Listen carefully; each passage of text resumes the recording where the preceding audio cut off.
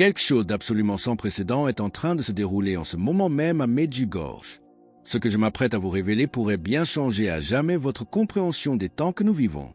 Le lourd silence qui a enveloppé ce lieu sacré pendant des mois a été soudainement brisé. Ce ne sont pas des rumeurs ou des fantasmes alimentés par la dévotion. Ce sont des faits enregistrés, confirmés par de multiples sources indépendantes et observés par des milliers de personnes sur différents continents. La voyante Mirjana Dragicevic a reçu des communications d'une urgence telle que les fondements mêmes de notre compréhension spirituelle sont ébranlés. Les dates du 20 et 21 décembre 2025 ont émergé comme un point de bascule crucial dans l'histoire humaine. Les signes précédant ces dates se manifestent avec une précision qui laisse les experts, même les plus sceptiques, sans voix. Au cours des dernières 72 heures, des confirmations sont arrivées de chercheurs, de pèlerins et de résidents locaux concernant des phénomènes qui défient toute explication conventionnelle. Ce qui n'était qu'un murmure limité aux fidèles est devenu un réveil mondial. Comme petit merci de nous rejoindre aujourd'hui, nous offrons un moment de bénédiction partagée. Commentez avec le mot « foi » si vous êtes ouvert à recevoir une pensée finale spéciale dédiée à tous ceux qui participent. Et s'il vous plaît, appuyez sur « j'aime » si vous appréciez ces moments. Ce soir, je vais vous présenter ce qui a été documenté. 3 signes distincts, chacun plus surprenant que le précédent, se manifestent de manière claire et sans équivoque. Ce ne sont pas des symboles métaphoriques, mais des événements réels et concrets. Le premier signe, qui a attiré l'attention des chercheurs internationaux, concerne des perturbations atmosphériques que la science n'arrive pas à classer. Il ne s'agit pas de simples anomalies météorologiques ou d'aurores boréales. Ce qui apparaît dans le ciel, partout dans le monde, est quelque chose de totalement différent, quelque chose qu'aucun modèle connu ne peut expliquer de manière cohérente. Restez bien avec nous, car au fur et à mesure que notre histoire se déroule, nous découvrirons les détails stupéfiants de ces phénomènes lumineux, leur géométrie parfaite et leur synchronisation mondiale impossible. Au cours des dernières semaines, des phénomènes lumineux ont été documentés dans des lieux où de telles manifestations n'avaient jamais été enregistrées dans l'histoire moderne. La particularité la plus déconcertante est que ces lumières ne se présentent pas de manière aléatoire. Elles forment des motifs géométriques parfaits, des figures qui semblent suivre une logique, presque un langage, comme si elles faisaient partie d'un message direct à l'humanité. Mais ce qui a laissé les experts les plus incrédules, c'est la synchronisation. Hier soir encore, à la même heure précise, des phénomènes identiques ont été observés et filmés dans 17 pays différents, dispersés sur des continents séparés par des milliers de kilomètres. Les images, analysées par des astronomes et des physiciens indépendants, montrent des configurations de lumière identiques, comme si elles étaient coordonnées par une unique régie invisible. Les données électromagnétiques indiquent l'émergence de signatures énergétiques jamais cataloguées auparavant. Le docteur Alessandro Martinez, physicien de l'atmosphère à l'Observatoire spatial européen, a déclaré lors d'un briefing d'urgence que ce qu'ils enregistrent ne trouve aucun parallèle dans la littérature scientifique moderne. Selon lui, les oscillations détectées suggèrent une influence externe que les connaissances actuelles ne peuvent interpréter.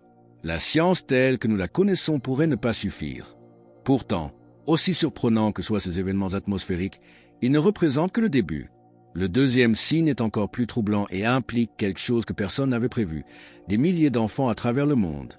Que voient ces enfants, sans aucun contact entre eux, et quel message identique rapportent-ils avec une précision effrayante? Le deuxième signe, peut-être le plus troublant de tout ce documenté jusqu'à présent, concerne une vague d'expériences simultanées parmi les enfants du monde entier. Ce qui rend ce phénomène impossible à rejeter comme une simple coïncidence, c'est l'uniformité stupéfiante des récits et l'absence totale de lien entre les jeunes témoins. Au cours des 6 dernières semaines, des psychologues pour enfants, des pédiatres et des chercheurs ont recueilli des rapports provenant de plus de 3000 enfants dans 42 pays différents. Ils sont âgés de 4 à 11 ans. Aucun de ces enfants n'a eu de contact entre eux, et pourtant, ils décrivent la même expérience avec un niveau de détail impressionnant. La docteure Sarah Chen, psychologue du développement à l'Institut international d'études de l'enfance, a personnellement analysé ces témoignages. Ces conclusions préliminaires indiquent quelque chose de sans précédent dans la documentation scientifique moderne. Ces enfants, souvent sans aucune familiarité avec des textes religieux ou apocalyptiques, racontent avoir vu une femme enveloppée d'une lumière intense. Elle leur apparaît en parlant parfaitement leur langue maternelle, quel que soit leur contexte culturel. Plus impressionnant encore est le message, qui est toujours identique. Un grand changement arrive. Dites aux adultes de préparer leur cœur. C'est l'accomplissement vivant de la prière de Jésus. Je te loue, Père, Seigneur du ciel et de la terre, de ce que tu as caché ces choses aux sages et aux intelligents, et de ce que tu les as révélées aux enfants. Matthieu 11h25. Mais c'est le contenu spécifique des visions qui captive totalement l'attention des experts. Les enfants rapportent avec constance que cette dame lumineuse leur montre des événements précis qui se produiront les 20 et 21 décembre. Ils décrivent des phénomènes atmosphériques, des mouvements célestes et même des détails architecturaux de lieux sacrés. Plusieurs de leurs prédictions concernant des événements imminents se sont déjà réalisées avec une exactitude que la Dr Chen qualifie de quasi totale. Dans plusieurs cas, ces enfants ont anticipé des variations météorologiques imprévues et même des mouvements migratoires d'animaux avec une précision qui défie toute explication rationnelle. Cette uniformité mondiale n'a pas de précédent. Cependant, ce qui se passe avec Mirjana Dragicevic jette une lumière encore plus profonde sur cet alignement mystérieux. Le troisième signe nous conduit directement au cœur du phénomène de Medjugorje. Mirjana, l'une des 6 voyantes originales, a rompu un silence absolu de près de 18 mois, un silence que beaucoup avaient interprété comme la fin des communications célestes. Elle est réapparue avec une série de déclarations qui ont profondément secoué les fidèles et les observateurs. Des sources proches confirment qu'elle reçoit des apparitions quotidiennes depuis le 15 novembre, chacune caractérisée par un sens de l'urgence croissant. Bien que le contenu complet n'ait pas été divulgué, il a été confirmé que toutes ces communications tournent autour des dates du 20 et 21 décembre. Le père Marco Benedetti a confirmé que Mirjana définit ces messages comme préparatoires. La Vierge n'annonce pas de calamité, mais appelle à un réveil spirituel profond. Mais pourquoi ces dates spécifiques? Le 20 décembre marque le solstice d'hiver, le jour le plus sombre de l'année, et le 21 est reconnu comme un jour de renouveau. L'impact de ces déclarations est déjà extraordinaire. Les pèlerinages ont augmenté de 400%. Mais alors que l'attention se tourne vers Medjugorje, un phénomène encore plus étrange se produit sous la terre même de la région. Des données sismologiques montrent des micro-tremblements rythmiques qui ne correspondent à aucune activité tectonique connue. Qu'est-ce que la Terre essaie de nous dire et quels comportements impossibles les oiseaux ont-ils adoptés autour des sites d'apparition, laissant les biologistes sans voix? Les données sismologiques recueillies dans la zone de Medjugorje révèlent un phénomène qui défie la géologie moderne. Les instruments enregistrent des micro-tremblements rythmiques, dépourvus de toute corrélation avec les mouvements tectoniques connus. Les experts affirment n'avoir jamais observé un tel comportement. Ces tremblements se produisent en séquences parfaitement cadencées. Plus troublant encore, certains observateurs ont noté une coïncidence inquiétante. Ces vibrations de la Terre correspondent exactement aux horaires des apparitions rapportées par les voyants. La Terre elle-même semble battre au rythme du ciel. La faune locale manifeste des comportements tout aussi stupéfiants.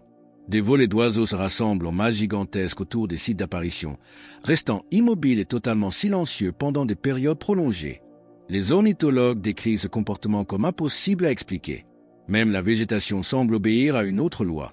Des plantes qui devraient être en dormance hivernale montrent une croissance accélérée, défiant toutes les prévisions agronomiques. C'est comme si la création tout entière anticipait la révélation, rappelant le psaume. Les cieux racontent la gloire de Dieu et l'étendue manifeste l'œuvre de ses mains. Psaume 19h01. Ces anomalies ne se limitent pas aux Balkans.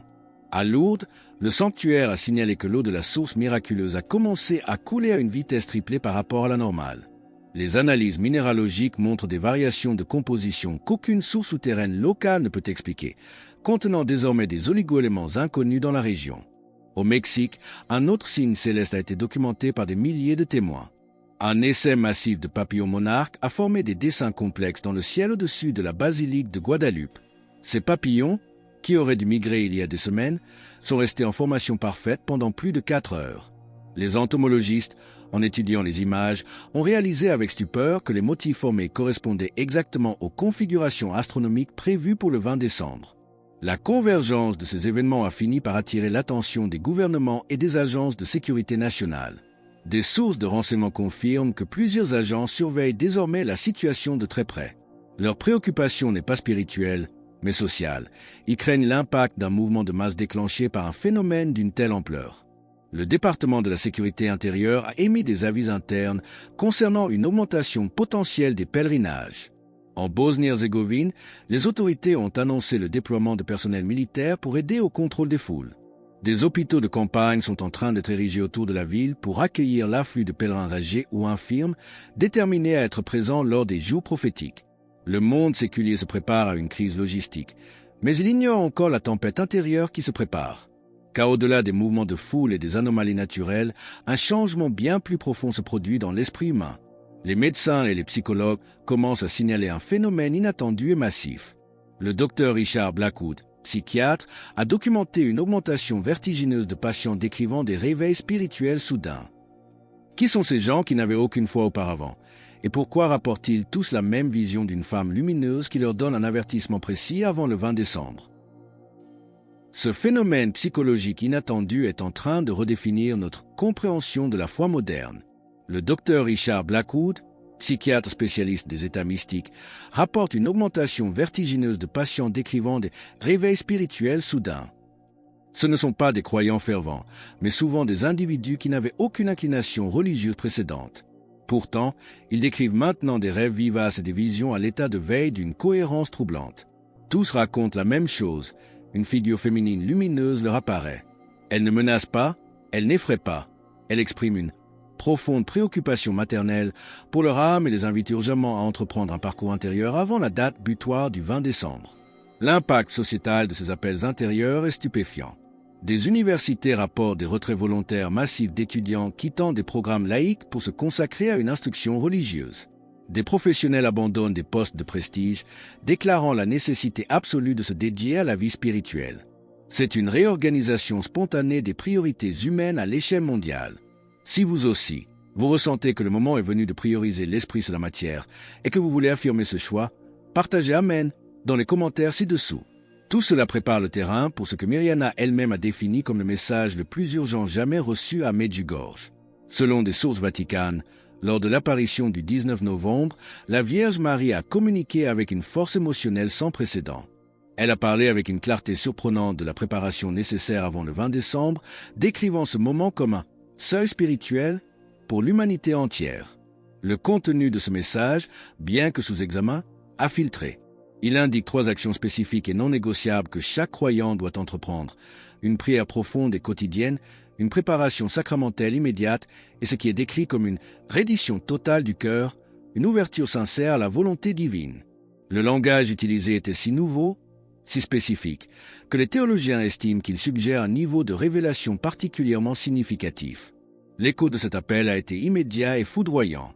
Les diocèses du monde entier enregistrent des chiffres jamais vus. Mais c'est à New York que la preuve la plus tangible de ce réveil a éclaté. L'archidiocèse a dû faire face à une situation de crise spirituelle positive.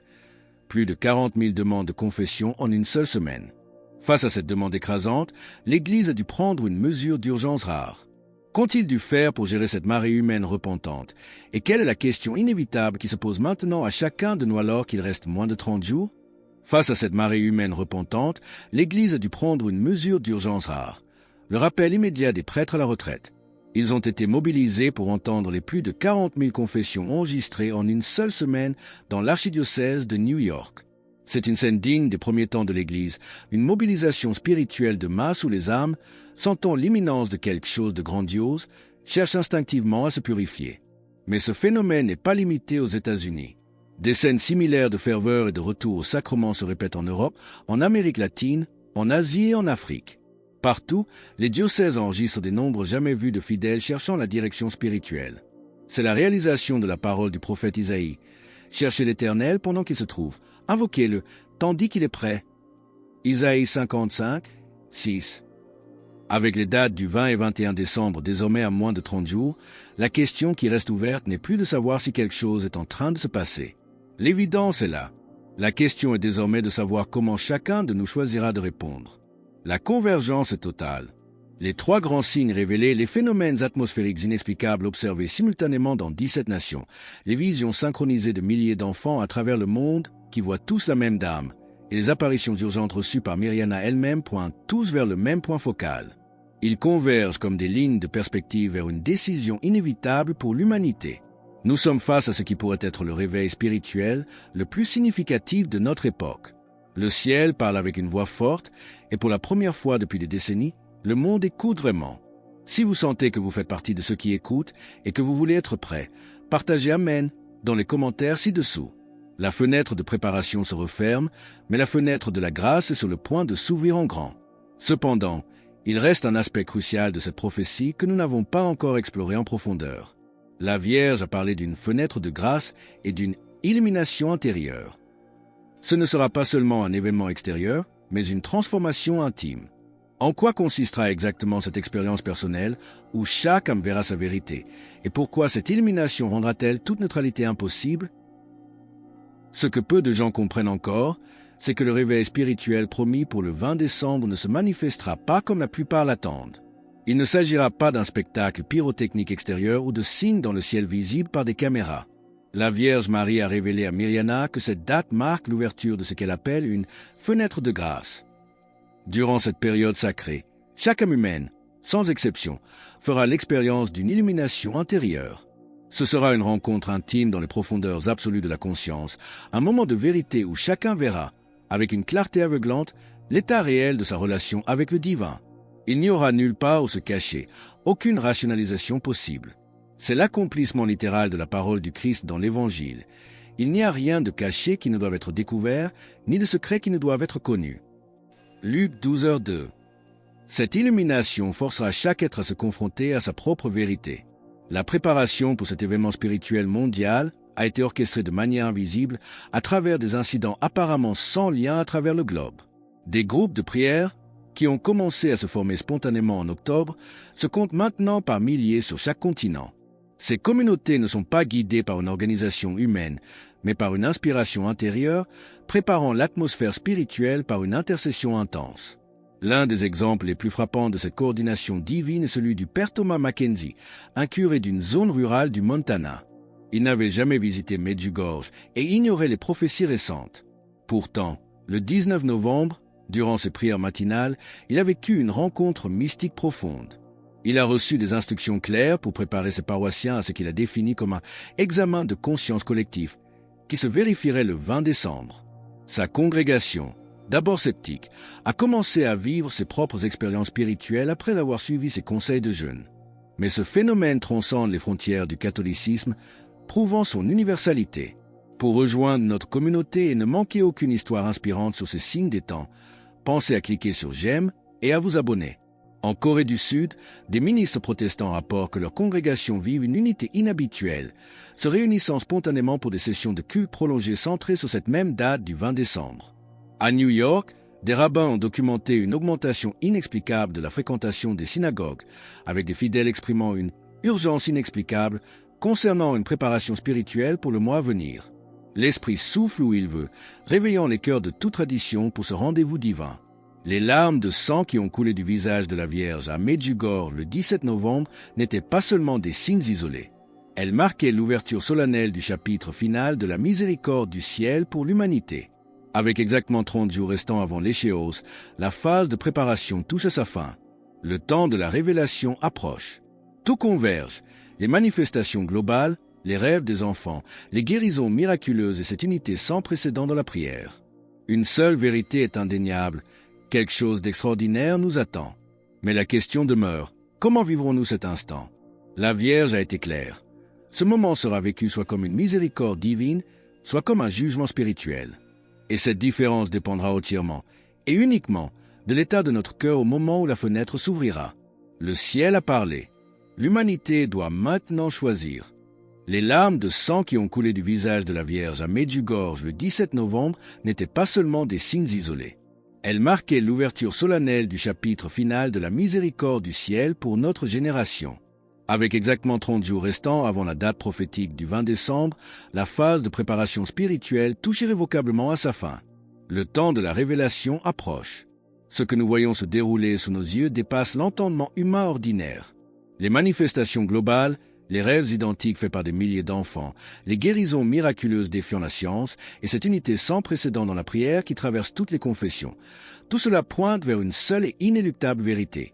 Quelque chose d'extraordinaire nous attend. Ce ne sera pas un spectacle pour les yeux, mais une rencontre pour l'âme. Cependant, la question cruciale qui doit hanter chaque conscience est celle-ci. Vivrons-nous ce moment comme une miséricorde divine ou comme un jugement spirituel? Ce ne sera pas Dieu qui nous jugera ce jour-là, mais notre propre vérité intérieure face à sa lumière. La réponse dépend entièrement, et uniquement, de l'état de notre cœur au moment précis où cette fenêtre de grâce s'ouvrira.